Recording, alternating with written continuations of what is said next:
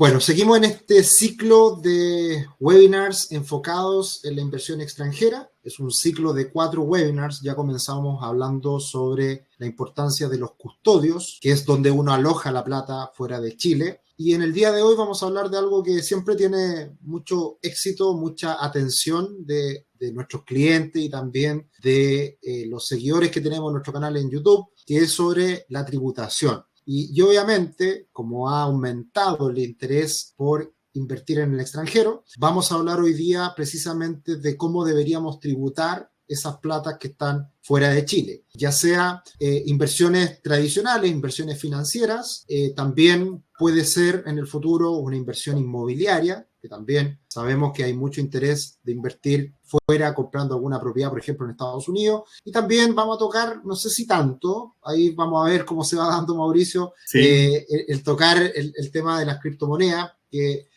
podemos dar un avance, porque como vamos a tener otro webinar hacia el final de este mes enfocado en operación renta, yo creo que lo vamos a dejar para ese momento el tema más en profundidad de lo que es la inversión en criptomonedas.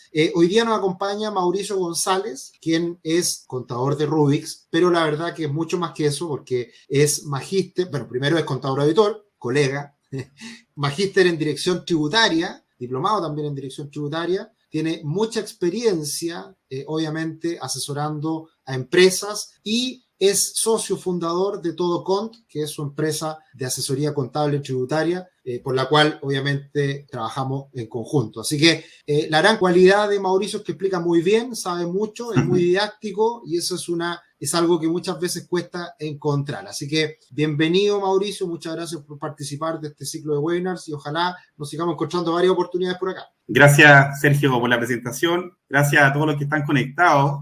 Ya, bueno, yo vengo preparado un poco, les voy a mostrar una presentación que voy a compartir en este momento, ¿ya? Y vamos a dar respuesta a la pregunta que era el título de esta charla, ¿ya? Que es ¿cómo pagar impuestos de mis inversiones en el extranjero? ¿Ya? Esto es gracias a Rubix, a la invitación que nos hizo, ¿ya? Yo soy socio de la empresa TodoCont y fundador, ya que tiene este eslogan, que quiere que sus clientes potencialmente trabajen con tranquilidad, que desarrollen su negocio, ¿ya? Y vamos a dar punto de partida. Primero vamos a hablar de los inversionistas o potenciales inversionistas en el extranjero. Y son principalmente dos tipos de inversionistas, que son los inversionistas sin contabilidad completa y los inversionistas con contabilidad completa. Generalmente los sin contabilidad completa se asocian a las personas naturales y los con contabilidad completa se asocian a las empresas, aunque hay una excepción, que son los empresarios individuales que trabajan con el RUT de persona natural, pero con contabilidad completa, en primera categoría,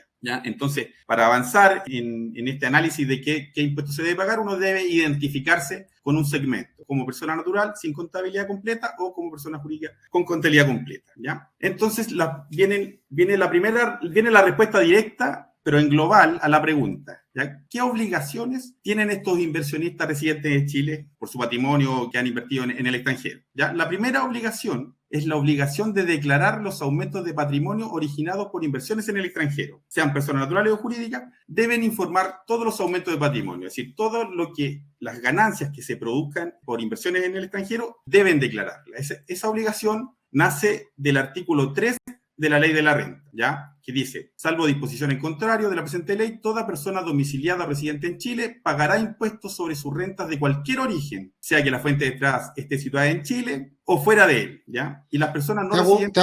Te hago un alcance, Mauricio, y te voy a ir interrumpiendo porque es importante ahí hacer consultas por un lado y por otro lado también que quede súper claro ciertos conceptos, como por ejemplo el hecho de que la ley dice que uno se obliga, es decir, cuando uno invierte en el extranjero, nadie en el extranjero va a decirle al Servicio de Impuesto Interno qué es lo que está haciendo la persona, sino que uno, por como lo establece la ley, uno es el que tiene que declarar. Por lo tanto, acá hay una diferencia importante. La primera, que es cuando uno invierte en una institución en Chile, que cuando uno invierte en Chile en una institución regulada, toda esa información está conectada al Servicio de Impuesto Interno, no así cuando uno invierte en el extranjero, que no hay cruces de información y por lo tanto uno es el responsable. Exactamente, es una diferencia. Si uno invierte en Chile, generalmente los contribuyentes o las empresas que reciben esas inversiones están obligadas a informar los movimientos de Chile, pero las entidades extranjeras no están obligadas a cumplir con Chile, ¿ya? A informar a Chile. No hay todavía convenios que obliguen a eso entre los países, ¿ya? Pero el concepto aquí es que los contribuyentes domiciliados en Chile deben tributar por rentas generadas en Chile y por rentas generadas en el extranjero. De ahí nace esta obligación. ¿Ya? Eso para que lo tengan presente, ¿ya? Y la segunda obligación, que es una obligación que se desprende de la facultad de impuesto interno de solicitar información, es la obligación de informar sobre las inversiones y operaciones en el extranjero. Que esto se materializa con dos grandes hitos, que son la declaración jurada 1929 y un registro que se llama RIE, Registro de Inversiones en el Extranjero, ¿ya? La declaración jurada 1929 obliga a los siguientes contribuyentes. Obliga a contribuyentes con domicilio residente en Chile, incluyendo a las administradoras de patrimonio, ya como el fondo de inversión, fondos mutuos y fondo de inversión privado, donde a través de los mismos se invierta en el exterior. ¿Sí? Obliga a los inversionistas y también a los que gestionan los dineros de los inversionistas. ¿Ya? Se exceptúan las AFP, ¿ya? Las AFP se exceptúan porque tienen muchas inversiones, distribuyen muy variadamente los fondos de pensiones, excepto los fondos que son propios de la AFP. Eso sí los tienen que informar y tienen que tributar por ellos, ¿ya? También en establecimientos permanentes de entidades extranjeras, que son como agencias, que esas también deben informar esta declaración 1929. Y existe Mauricio, esta declaración jurada, ¿de cuándo es? ¿De cuándo se comienza esta declaración jurada a requerir? Unos 8 años más o menos que existe esta declaración. Ha tenido bastantes cambios, pero el fin de esta declaración es que con esta declaración se alimentaría la propuesta de impuestos internos. Exacto. ¿Ya?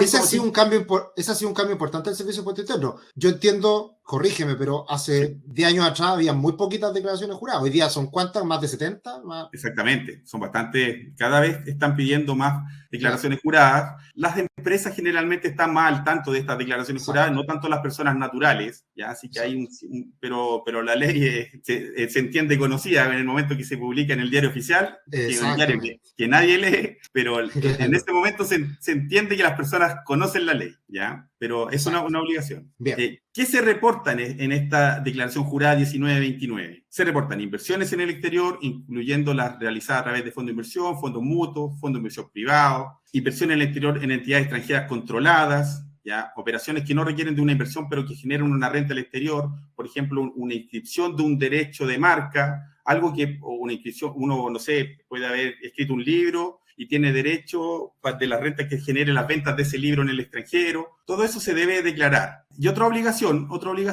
es la obligación de informar transferencias de fondos desde ya hacia el exterior realizadas a través de instituciones bancarias, ¿ya? Es decir, todos los movimientos de flujo de dinero de Chile hacia el exterior o del exterior a Chile deben ser informados en impuesto interno. Pero esta obligación se eximen los contribuyentes, ya que es una obligación de las instituciones financieras, ¿ya? De aquí se puede más de alguno quizás que ya ha hecho inversión en el extranjero o ha hecho compra de dólares, se ha dado cuenta en épocas pasadas, en otras declaraciones anuales de renta, que aparece ahí informado Banco de Chile, Banco Santander, que uno compró dólares y que los mandó para algún lado. Eso queda registrado ya en algunos casos. Los que han hecho transacciones a través del tiempo quizás ya lo han visto en su declaración. Sí, aquí impuesto interno, por ejemplo, si el banco informa que cierto contribuyente hizo una transferencia relevante al extranjero, no sé, $100,000, ¿ya? Y después va impuesto interno, ¿qué va a hacer? Va a comparar la renta de ese contribuyente y ver si fue capaz de generar $100,000 para poder sacarlo al extranjero, ¿ya? Y cómo uno podría eximirse de esa observación manteniendo actualizado este registro, que es el registro RIE, el registro de inversión en el extranjero, que lo vamos a ver más adelante. Lo importante aquí es entender y concluir en este punto que hay dos obligaciones. Obligación de declarar en el formulario 22 las rentas generadas en el extranjero y obligación de informar a través de la declaración jurada 1929. En resumen, son dos obligaciones. Declarar la renta formulario 22 y la declaración jurada 1929 y también el RIE, que es otro registro, ¿ya? El registro de inversión en el extranjero, que lo vamos a ver un poquito más adelante. ¿Ya? Oye, Mauricio, ¿sí? ¿Qué pasa si, por ejemplo, alguien en el pasado no estaba al tanto de esta información porque no se asesoró bien, no sabía, y de repente ya mandó plata para el extranjero hace 2 años atrás y no ha hecho estas declaraciones. ¿Qué debería uno hacer? Dentro de las dos obligaciones, la más importante es la de pagar los impuestos. ¿Ya? Si este contribuyente generó rentas, ¿ya? Aumentos de patrimonio, tendría que haberlos declarado. Si no los declaró y no está observado, puede pasar, pero para quedarse tranquilo, para trabajar tranquilo, sería bueno rectificar, claro, y pagar. Pero eso es más importante, más que informar, porque ponerse hoy a hacer una declaración informativa quizás ya no es tan necesario. Lo más importante, claro, es declarar el mayor valor, el formulario 22, sin perjuicio de que es importante la declaración informativa, que es la 1929, ¿ya? Pero puede pasar, uno siempre va a ver el estado, consultar el estado de declaración de renta. Si está aceptada, es muy difícil que en reprocesos se generen unas observaciones, ¿ya? Porque no está tampoco la declaración 1929, pero sí en proceso de... Cuéntame. Te lo pregunto porque muchas veces pasa que los contribuyentes, las personas, de repente no saben, no están al tanto, pero sí quieren dejar todo ordenado y eventualmente quieren hacer una rectificación y de ahí en adelante llevar todo en orden. Es solamente por eso y claro, lo importante es haber pagado los impuestos en su minuto y de lo contrario ponerse al día cuando se da cuenta que esto tiene que hacerlo. Exactamente. Ya. Vamos a hablar un poquito de las inversiones en el extranjero. ¿Ya? Las inversiones, los tipos de inversiones, aquí el experto es Sergio y todo el equipo de Rubix. ¿Ya? Los tipos de inversiones que se pueden realizar en el extranjero son inversiones en acciones o derechos en sociedades extranjeras, directas o a través de intermediarios nacionales o internacionales, ¿ya? Pueden ser los intermediarios, inversión en fondos mutuos, ETF, similares, directa o a través de intermediarios, inversión en bienes raíces del extranjero, inversiones en bonos internacionales u otras inversiones en las que se tenga calidad de beneficiario. En el RIE, en el registro RIE que vamos a ver ahora, Impuesto Interno da estos tipos de clasificaciones: acciones de no residente, acciones de residente, bajo estos conceptos, derechos sociales, agencias o establecimientos permanentes, bonos y pagarés de no residentes, bonos y pagarés de residentes en Chile colocados en el exterior, depósitos constituidos en el exterior u otras inversiones. ¿Ya? La inversión que tenga en el extranjero la tiene que encerrar en uno de estos conceptos. ¿Ya? Si no califica ninguno de los primeros 7, lo ponen otras inversiones. Y aquí les voy a mostrar un poquito del registro RIE. ¿Ya? Entonces, el registro RIE, ya que lo conocen poco, se conoce muy poco este registro, pero es muy importante porque este registro permite justificar la inversión primero, acredita el valor de costo de la inversión y también hace que sea simple el retorno del capital invertido en el exterior. Por ejemplo, si uno invierte $10,000 en el exterior, hace el registro de esta inversión a tiempo, ¿ya? Después cuando quiera hacer retornar ese capital, como es capital, no tiene que pagar impuestos, pero en la misma ley de la renta, en el artículo 41b, dice que para quedar eximido de eso, tiene que haber registrado originalmente la inversión a través de este registro RIE, ¿ya? Eso es importante, ¿ya? De hecho, es súper importante lo que menciona Mauricio, porque no es para nada difícil sacar la plata de Chile. El tema es justificar el traer la plata a Chile y eventualmente comprar un activo con esa plata que no está en ninguna parte en algún minuto. Exactamente, por eso es importante hacerlo. ¿Qué dice los oficios, las circulares de impuesto interno? Los contribuyentes con contabilidad completa deberán registrar la inversión en el extranjero antes del 31 de marzo del año en que se declara la renta, ¿ya? Y dentro del mismo plazo de presentar la declaración 1929, ¿ya? Eso es importante para que quede acreditado la inversión, es decir, para declarar las inversiones que se hicieron en el año 2021, que acaba de pasar, hay plazo hasta el 31 de marzo para que queden a firme, por decirlo así, para que queden certificados que esas inversiones se realizaron en el año 2021. También sirve para usar créditos por impuestos que se hayan pagado en el extranjero. Entonces, es muy importante este registro. Voy a hacer mención respecto a los créditos, que generalmente en jerga contable se habla muy simple de los créditos y las personas no logran entender muy bien. ¿Qué es lo que es un crédito? Es cuando uno paga un impuesto y que ese impuesto tiene un beneficio tributario que permite descontarlo y por lo tanto eventualmente un descuento o eventualmente una devolución. Entonces es siempre importante tener en consideración que esos beneficios y esos detallitos a veces pueden servir para hacer más eficiente el pago de impuestos. Cuando uno paga impuestos por inversiones hechas en el extranjero, lo típico en Estados Unidos cuando uno recibe dividendos, esos dividendos ya vienen con un pago de impuestos y eventualmente eso uno lo podría aprovechar para hacer un descuento del pago de impuestos en Chile. Exactamente. Eso como al margen. Oye, otra cosa sí, también, importante. están haciendo hartas preguntas, pero las vamos a dejar al final porque muchas de esas preguntas que están haciendo probablemente se respondan a lo largo de la presentación, ¿ya? Sí, eso mismo va a pasar. Muchas preguntas van a encontrar respuestas antes de terminar, ¿ya? Sí. Estos créditos, el espíritu es ese, que no exista doble tributación, ¿ya? Que no exista doble tributación, porque un dividendo para que pagó impuesto en Estados Unidos, llega una renta líquida acá, que es lo que se percibió, pero ya se había pagado un impuesto, ese crédito se puede usar acá en Chile con tope del 35%. Más adelante lo vamos a ver, ¿ya? Si uno quiere definitivamente renunciar a ese crédito, tiene que presentar igual la declaración 1929 y ahí tiene plazo hasta el 30 de junio, ¿ya? Entonces, para aprovechar el crédito uno tiene que hacer la declaración antes del 31 de marzo, ¿ya? Es decir, antes de la operación renta, porque se hace en abril, es un tema práctico. Se hace hasta el 31 de marzo la declaración para que aparezca ese crédito en la propuesta, ¿ya? Porque no se podría usar un crédito sin haberlo declarado anteriormente. Aquí yo pongo un link de impuesto interno donde están todas las preguntas frecuentes relacionadas con este tema, ¿ya? Con todos los temas del registro, qué se registra, qué no se registra. Aquí hay bastantes preguntas, ¿ya? Ahí lo van a poder ver cuando comportamos la presentación, ¿ya? Este es el registro.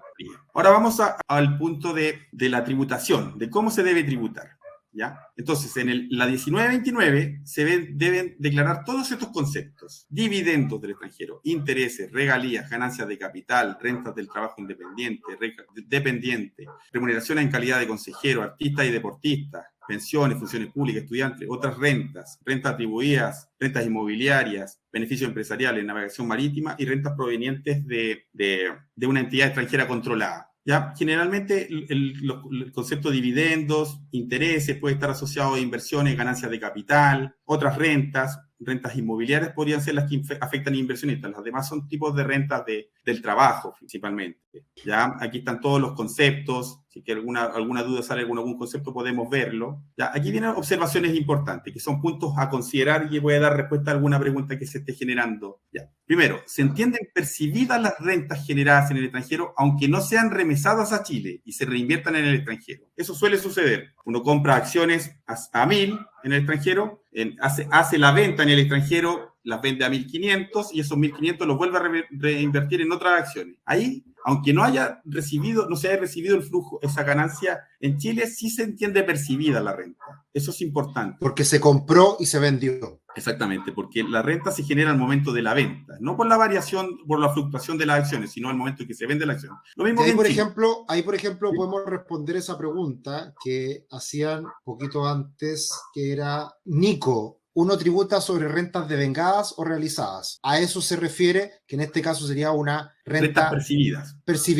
que sí. Entiendo es como lo que él dice, realizada. La regla general es rentas percibidas. Hay excepciones que son cuando son inversiones en empresas controladas, que eso está en el artículo 41G de la ley de la renta. Pero eso es cuando uno ya es dueño de más del 50% del capital de una empresa en el extranjero, cuando tiene poder de cambiar a todo el directorio. Hay ciertas definiciones que están en el artículo 41G de la ley, que no vamos a profundizar mucho en eso, pero son grandes inversiones, son inversiones en empresas controladas, cuando uno es dueño de una empresa casi en el extranjero. Pero mira, Mauricio, ahí hay otra pregunta que apunta a eso también, que Denis nos dice si la inversión está a nombre de una LLC, que viene siendo una empresa como de responsabilidad limitada en Estados Unidos. ¿Qué ocurre eso cuando uno compra una propiedad? Generalmente se genera esta estructura, por lo tanto uno es dueño de una sociedad y dentro de esa sociedad está una propiedad. En ese caso, uno tributaría por renta devengada. Exactamente. En ese caso se tiene que tomar el resultado de la empresa en el extranjero y la utilidad que se haya devengado, aunque no haya sido remesada a Chile, sí se debe agregar al resultado acá en Chile. Eso es importante. ¿Ya? Puede que esa renta generada en el extranjero haya pagado un impuesto,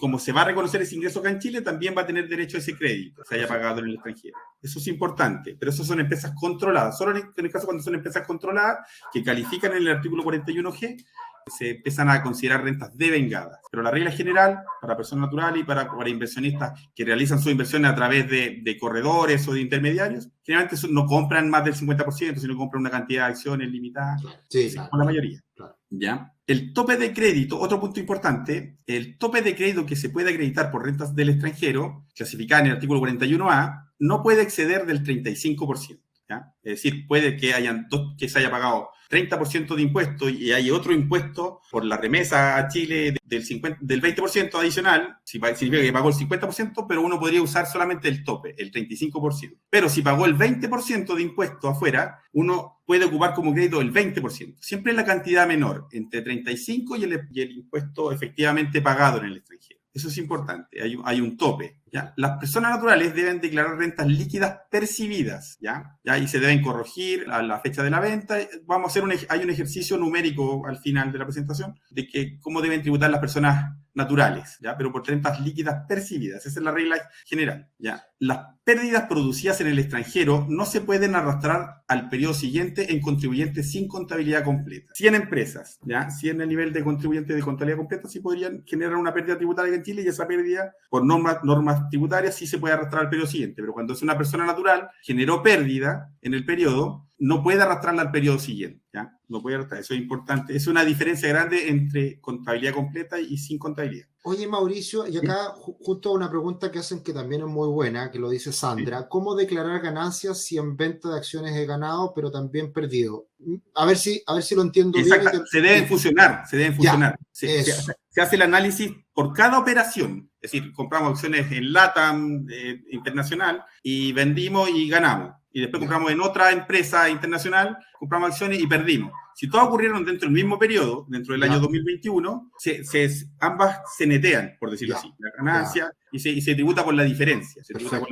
O sea, en el caso, por ejemplo, que alguien tuviera una empresa que está perdiendo y ya no quiere tenerla más y quiere liquidarla, de repente es bueno que ahí aproveche de hacer una ganancia por otro lado para que compense esa pérdida y así quedan neteados. Sí, se pueden combinar si son de la misma naturaleza. Entonces, eso es importante, Pero siempre la tributación a nivel de impuesto a la renta es a nivel de periodo anual. No es por operación, es por el periodo 2021. Entonces, todo lo que ocurrió en el año 2021, el resultado de todas las operaciones es el que tributa, ¿ya? Siempre se tributa por ganancia, jamás se va a pagar impuestos por perder, eso es importante considerarlo. Si estamos hablando de impuestos es porque algo se ganó, ¿ya? Eso es importante, ¿ya? Las normas relativas a tributación internacional están reguladas desde el artículo 41A hasta el 41G de la Ley de la Renta.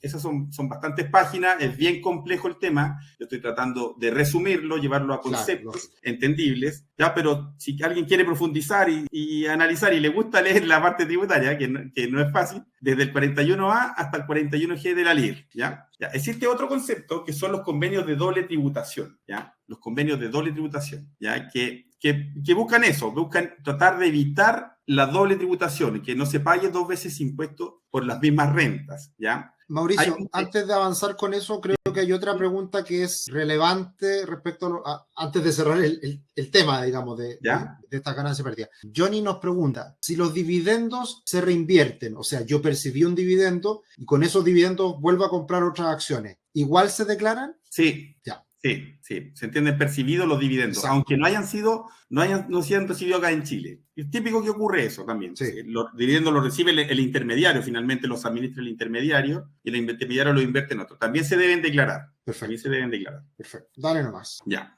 Los convenios de doble tributación buscan eso, evitar la doble tributación. ¿Ya? Aquí presiono el link para ver todos los países los que hay convenios. Hay convenios con Argentina, Australia, Austria, Bélgica, Brasil, Canadá, todos los países que están acá. No hay convenio con Estados Unidos, ya uno pensaría que sí. Hubo un intento de convenio que fue firmado por Michelle Bachelet en el año 2016, por ahí, pero quedó frenado en Estados Unidos en el Senado. Entonces no se alcanza, por eso está como suscrito, pero no vigente. ¿Ya? Eso es importante que se sepa. ¿Ya? Ahora, siempre hay de repente malas interpretaciones de lo que implica un tratado de doble tributación. Cuéntanos en qué consiste el que existiera un tratado, por ejemplo, con Estados Unidos. Sí, si que existiera, que no existe. Tasas reducidas, por ejemplo, dependiendo, vamos a ver a modo de ejemplo, a ver aquí, en español. ¿Ya? Aquí está el tratado. Y uno tiene que clasificar primero el tipo de renta de la que estamos hablando, ya si es de un establecimiento permanente, si son beneficios empresariales, si son transporte marítimo, si son dividendos, si son empresas asociadas. Dependiendo del concepto de renta que uno está percibiendo, esto te va a decir que las tasas de impuestos en el país de origen no pueden exceder de ciertos límites, ¿ya? Por ejemplo, veamos aquí dividendos, ¿ya? Los dividendos pagados por una sociedad residente en el estado contratante a un residente del otro estado contratante, es decir, desde España a Chile, así se lee, dichos dividendos pueden someterse también a imposición en el estado contratante en que resida la sociedad que paga los dividendos según la legislación del estado. Sin embargo, si el beneficiario efectivo de los dividendos es del otro estado, es decir, de Chile, el impuesto no puede exceder del 5%. Es decir, que un dividendo de España, si te van a cobrar impuestos por un dividendo que viene de España a Chile, no puede exceder del 5% si el beneficiario es una sociedad que posee directa o indirectamente menos del 20%. Si participa en menos del 20% de esa sociedad, no puede pagar más del 5%. ¿Ya? Es el beneficio tributario, en definitiva. Y el 10% en todos los demás casos. Si uno participa en más del 20% de la sociedad española, tiene que pagar el 10%. Te reduce la tasa, en el fondo, de impuestos en el otro. Es un beneficio. Es un beneficio, ya es un beneficio, pero hay que, esto varía dependiendo del país, dependiendo del tipo de renta, por eso lo quiero analizar a nivel de concepto. Sí, no nos metamos, no es la idea meternos en ese nivel de detalle. Exactamente, porque hay distintos tratados, distintos países y distintos conceptos. Entonces, pero lo importante es que cuando uno recibe un caso, por ejemplo, lo analiza. Ya nosotros preguntamos cuál es el país de origen, cuál es la naturaleza de la relación de la inversión, y ahí empezamos a hacer el análisis. Todo se analiza caso a caso. ¿Ya? Voy a dar algunos ejemplos. ¿Ya? ¿Ya? Aquí hay unas cartolas, por ejemplo, hay como ejemplos unas cartolas de Pershing, ¿ya? Que son las cartolas que muestran inversiones. Por ejemplo, aquí hay compras de acciones en Morgan Stanley, Reveco Global, ya en BGA, Next Generations Technology, ya en Latam Fin. Aquí hay compras. Por ejemplo, aquí hay un caso real, por ejemplo. Aquí hay bastante operaciones en este ejemplo. Por ejemplo, aquí compraron acciones, 100.000 acciones a $25. Por lo tanto, compraron $25.000, le costó la compra. ¿Ya? Y en la siguiente página, esas 100.000 las vendieron a $48.000. Entonces aquí generaron como $23.000 de ganancia en esa operación. ¿Ya? Las compraron a 25 pesos cada acción, a $25, y la vendieron a $48. Ahí generaron $23.000 de mayor valor. Eso debe tributar. Pero también se pueden imputar todos estos gastos, todos los fees que les cobren. Tienen que mezclarlo con las otras operaciones también de compra de estas acciones. Pero esta cartola es importantísima. Por ejemplo, si a nosotros nos llega un caso para analizar, para hacer las declaraciones juradas, nosotros vamos a pedir esta cartola. Esto es importante. Esta cartola es clave para trabajar. Ese es el respaldo en el cual finalmente el contador, el asesor tributario se basa para hacer, obviamente, este tipo de declaraciones. Entonces, este documento es importante pedírselo al intermediario. Generalmente, empresas nacionales lo entregan, pero a veces uno no se lo pide, pero es importante pedirlo. O intermediarios internacionales también lo pueden entregar, ¿ya? Y no sé si quedan dudas hasta este momento. Solamente hacer mención que este mes estamos con descuento en cursos, 70%, mes aniversario. Ya llevamos un par de años haciendo cursos y vendiendo nuestros cursos, así que hay un 70% de descuento. Desde ya te voy a pololear, Mauricio, para que hagamos un curso de contabilidad de tributaria. Yo creo que podría tener harto éxito, así que desde ya te hago la invitación. Así que eso, y bueno, insistir en que sigue esta masterclass, siguen estos webinars que vamos a seguir hablando la próxima semana ya sobre otros temas de inversión en el extranjero. Así que, habiendo hecho ese breve comercial, continuemos con lo que falta.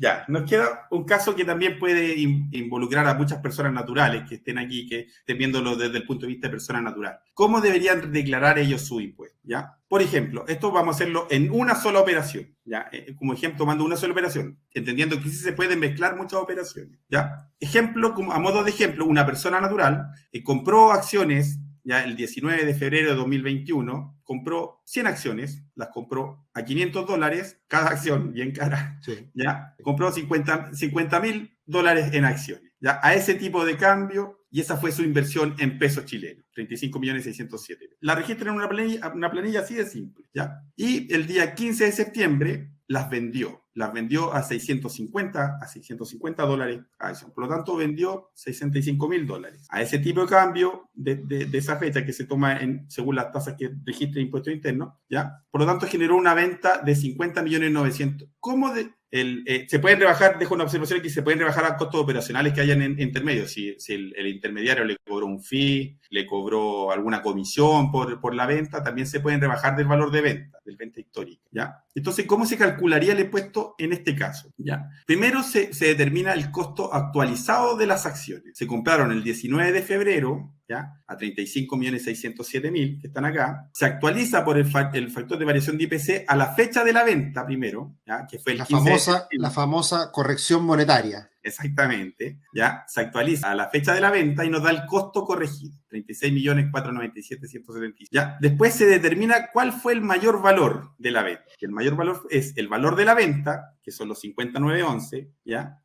Y se le resta el valor de adquisición corregido, que son los 36.497.175. Y aquí no se genera el mayor valor a la fecha de venta, 14 millones. Eso es lo que ganó a la fecha de venta.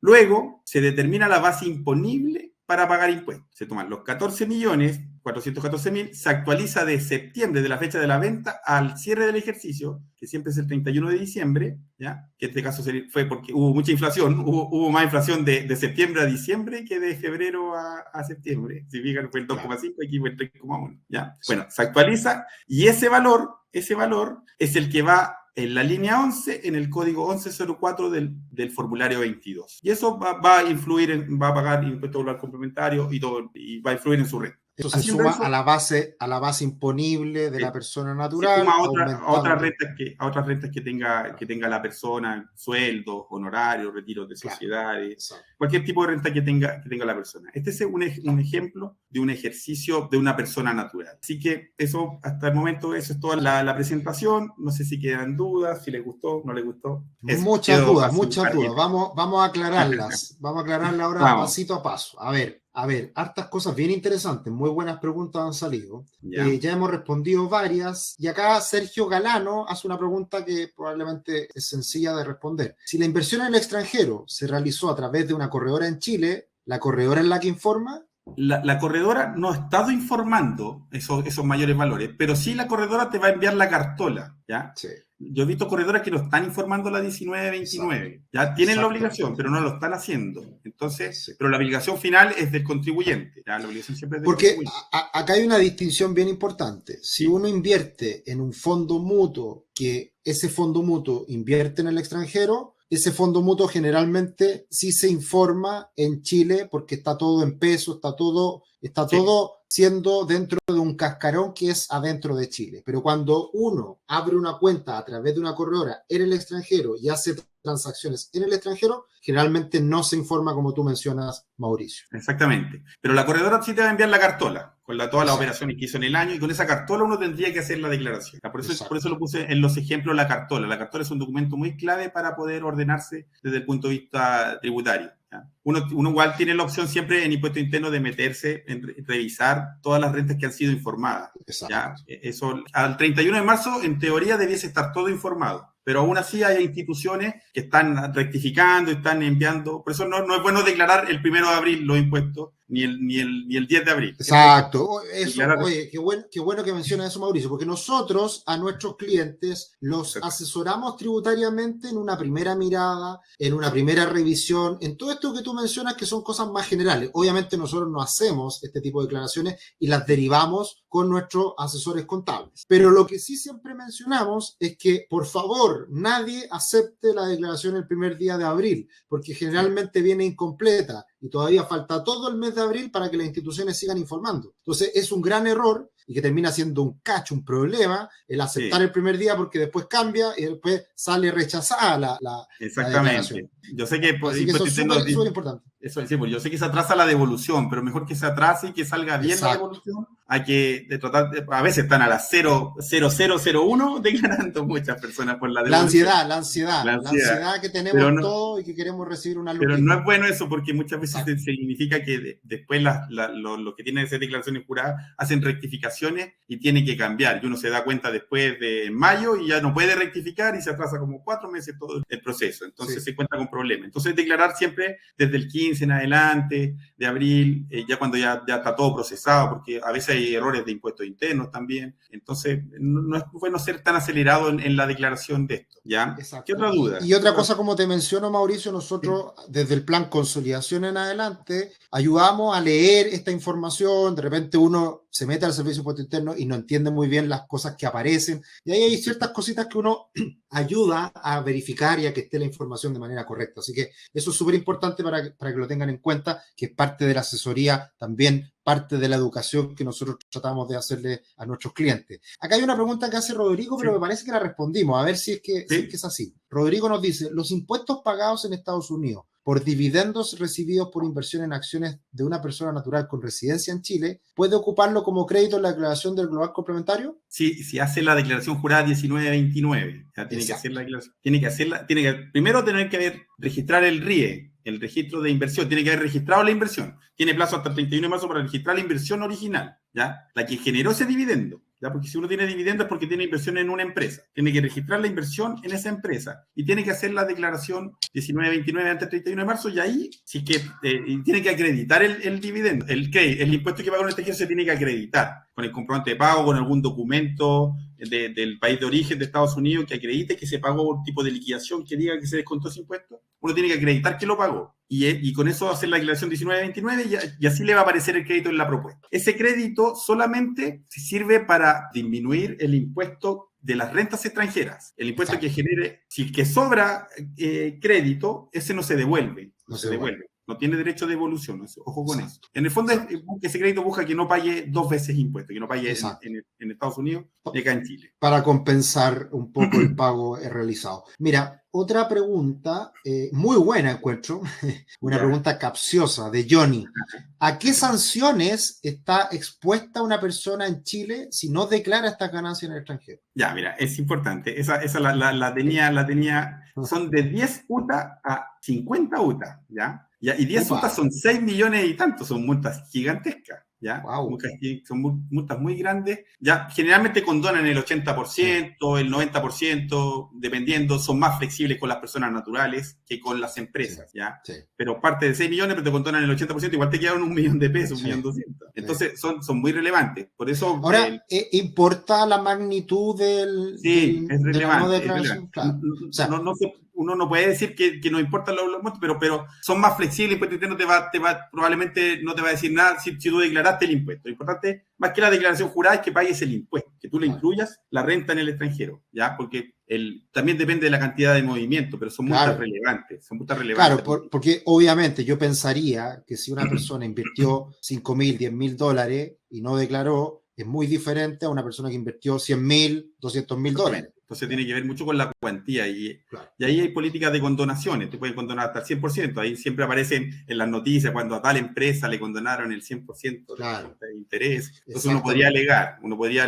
reclamar y son más flexibles, pero son relevantes las multas porque buscan que esto funcione bien, que esto se controle bien la inversión en el extranjero, se prestaba... Por eso en algún tiempo, en el año 2015, generaron un incentivo de pagar el 8% para reconocer todas las rentas que habían en el extranjero, para todos los que no habían declarado. Puede que en algún futuro salga otro tipo de medida tributaria que invite a la gente a reconocer a los contribuyentes todas las inversiones que tienen en el extranjero pagando una tasa, pero en ese momento queda el costo definido, el costo de adquisición. El costo que uno declaró por la inversión es el costo en el caso de después lo venda. ¿Ya? Es importante esto, es un tema que va creciendo cada vez. En algún momento este sistema globalizado van a generar convenios para compartir información entre países y sí van a estar informándose desde Estados Unidos o de otro país las rentas que se generan allá hacia Chile y van a ser bastantes cruces. Pero como también todo ha ido cambiando a que exista mayor transparencia en la información. Antes era impensado que uno tuviera acceso a las cuentas corrientes de las personas. Eso ya cada día es más normal en diferentes países, hasta incluso en Suiza, cosa que era como el típico paraíso donde uno dejaba las plata y hoy día puede existir incluso el compartir esa información. Sigamos con algunas preguntas. Nico hace un par de preguntas. Nico dice, la reinversión en el mercado inmobiliario en Estados Unidos permite reinvertir sin pagar impuestos. Y, a ver si estoy en lo correcto, Mauricio, la interpretación. Claro, si yo tengo inversión inmobiliaria en Estados Unidos y reinvierto esa plata en Estados Unidos, probablemente en Estados Unidos no voy a pagar impuestos. Pero si tuve mayor valor, eso igual se tributa en Chile. Porque en Chile se tributa la renta mundial y por lo tanto ese aumento de patrimonio en Estados Unidos debe quedar reflejado igual en Chile. Exactamente. Eso es una renta inmobiliaria, yo lo entiendo como que compró una propiedad, ya la vendió la vendió y con el flujo de la venta la volvió a reinvertir. Ya. Pero como la vendió, generó un mayor valor, que probablemente por beneficio en Estados Unidos queda exenta de impuestos, ya, pero no, solamente está exenta en Estados Unidos, pero no acá en Chile. Entonces ahí igual tiene que pagar impuestos acá en Chile por maravilloso. Me pongo un 7 porque estoy siendo buena alumno. Muy bien interpretado. Bien. Y la otra pregunta que hace Nico, que le llamó la atención cuando tú mostrabas la planilla, es que la diferencia de cambio se tributa. Es decir, todo se lleva a pesos chilenos, lógicamente. Exactamente. Y por lo tanto hay que ir registrando mes a mes las compras y ventas que se van haciendo. Y todo en pesos chilenos y corregido monetariamente. Eso es lo latero de este proceso que implica estos cálculos. Exactamente. Las personas naturales es un tema de la corrección monetaria, ¿ya? Y se saca el mayor valor a la fecha de venta y desde la fecha de venta se corrige al término del ejercicio. Entonces, hay que hacer unas planillas que para mí son entretenidas, pero quizás para muchas personas no son muy entretenidas. Yo la odiaba en la universidad, Mauricio. Exactamente, pero se da eso. Bien. ¿Más dudas por ahí? Una última pregunta que hace Lucas es si tengo 100 y gané 10 en el extranjero y solo retiré los 10 hacia Chile, ¿debo pagar o solamente cuando retorna todo mi capital? No, sí, tiene que pagar por los 10. Tiene que pagar por los 10. Pero si los generó y... Sí, pues los retiró. Sí, o sea, hizo la venta. Hizo la venta. Independiente que lo retire o no, eso es lo que traté de explicar. En el momento que hace la venta, en ese momento se genera el mayor valor y en ese momento tiene la obligación de pagar impuestos acá en Chile. Independiente que lo retire o no. Independiente que los traiga o no a Chile. Bien. Y una última pregunta que dejé para el final, porque de esa manera ir cerrando y dejar invitados desde ya a el webinar que vamos a hacer hacia fin de mes, justo preparándonos todos para la operación renta. Y ahí hablar de... Disculpa, ahí dejo mis datos. Muy bien, deja los datos porque seguramente te va a llamar harta gente y ahí obviamente puedes ayudar a cualquiera que tenga estas inquietudes en sus declaraciones. Dejé una pregunta para el final relacionada a las criptomonedas y la pregunta era... ¿Las ganancias por criptomonedas deberían justificarse por medio del RIE? No, la criptomoneda, las inversiones en criptomonedas no son, desde el punto de vista de impuestos internos, no son consideradas inversiones en el extranjero, sino que son consideradas activos digitales, ¿ya? Que es otro concepto. Por lo tanto, no están obligados a incluirse esta operación en la declaración 1929 ni en el RIE. No son categorizadas como inversión en el extranjero, son activos digitales. Eso está en un oficio 963 de 2018, me parece. ¿Ya? Pero vamos a ahondar un poquito más en la operación renta, porque es mucho más importante para las inversiones que hacen acá en Chile las personas y que tiene impacto de todas formas. Si con esas criptomonedas hizo una inversión en el extranjero es otro tema, ¿ya? Pero ese es otro tema. Pero la criptomoneda en sí, el comprar criptomonedas, no es una inversión en el extranjero, porque no se entiende como algo centralizado en un país. Es un tema de discusión, de puntos de vista, pero por lo menos bastantes analistas tributarios de distintos países coinciden en lo mismo. En distintos países le dan distintos conceptos, pero en Chile, el impuesto interno lo trata como un activo digital. Eso. Perfecto. Y tenemos las últimas dos preguntas y con eso cerramos, para no quitarte más tiempo y desde ya agradecer tus buenas explicaciones. Me ha quedado todo muy claro y son temas bien difíciles. Yo soy contador auditor, pero estudié hace mucho tiempo y la verdad que uno igual se va quedando un poquito atrás. Nico pregunta, ¿qué pasa si la diferencia de cambio, la variación del dólar, se come la utilidad de la ganancia en el extranjero? ¿No pagaría? No paga impuestos. Claro. Así de simple. Tal cual. Puede suceder. Exacto. Podría ser que uno ganó plata en dólares, pero trayéndolo a pesos puede que se coma la utilidad. Exactamente. Perfecto. Y Jessica nos pregunta, ¿aplica si el dinero de la inversión no salió de Chile? Si estoy en Chile, lo gané en Venezuela y están en Estados Unidos, lo invierto, igual tributa aquí. Uy, ahí me perdí un poquito. Aquí, como yo me mareé también, me mareé. Si estoy en Chile, lo gané en Venezuela y están en Estados Unidos y lo invierto igual, tributa aquí. Bueno, la primera pregunta es, ¿aplica si el dinero de la inversión no salió de Chile? No, porque es inversión en Chile y esa inversión en Chile tributa de acuerdo a la ganancia que se haya realizado en Chile. Y eso probablemente la institución lo va a declarar en donde uno invirtió. Lo otro no me queda muy claro, la verdad. Sí, no, yo me mareé y que en Venezuela, Estados Unidos, no se entendió bien. Sí. Pero bueno, hartas preguntas muy buenas, la verdad que... gracias por la participación a todos, muchas gracias. Exacto, muchas preguntas muy buenas, eso siempre se agradece cuando uno está explicando temas complejos porque también permite poder explicarlo de mejor manera a veces. Así que te agradezco un montón, Mauricio, vamos a seguir viendo por esta vía, así que Así, ya, esa es la pregunta. Jessica dice que el dinero nunca ha estado en Chile. Si nunca ha estado en Chile, no tiene que tributarlo. ¿O sí? A ver, me entró la duda. ¿Pero nunca salió de Chile? No, nunca entró el dinero a Chile. Se fue directamente de Venezuela a Estados Unidos. Aquí es importante dónde tiene la residencia el contribuyente. Exacto, porque independiente de que la plata no haya pasado por Chile, el ser una persona que vive en Chile, residente en Chile, está acogido a las leyes chilenas. ¿Qué quiere decir esto? Si uno tiene platas en España, en Australia, en Finlandia, todas esas platas se van a la declaración de impuestos de un residente en Chile. Por eso es una renta mundial. Es importante la residencia. Si el que genera ese aumento de patrimonio, independiente de que lo perciba o no, Chile es residente que en Chile, tiene que tributar por renta mundial. Renta global, renta mundial. Sí. Tendría que pagar por ese aumento de patrimonio en Estados Unidos, a pesar de que la plata no haya pasado en Chile, porque de todas formas es de propiedad de la persona que es residente en Chile. Sí, el extranjero que llega a Chile durante un tiempo, son como 3 años más o menos, no se considera residente en Chile, ya después de que pasa 3 años, sí pasa a entenderse residente. ¿Ya? Si uno llegó a Chile y solamente va a tributar por rentas de fuente chilena, ¿ya?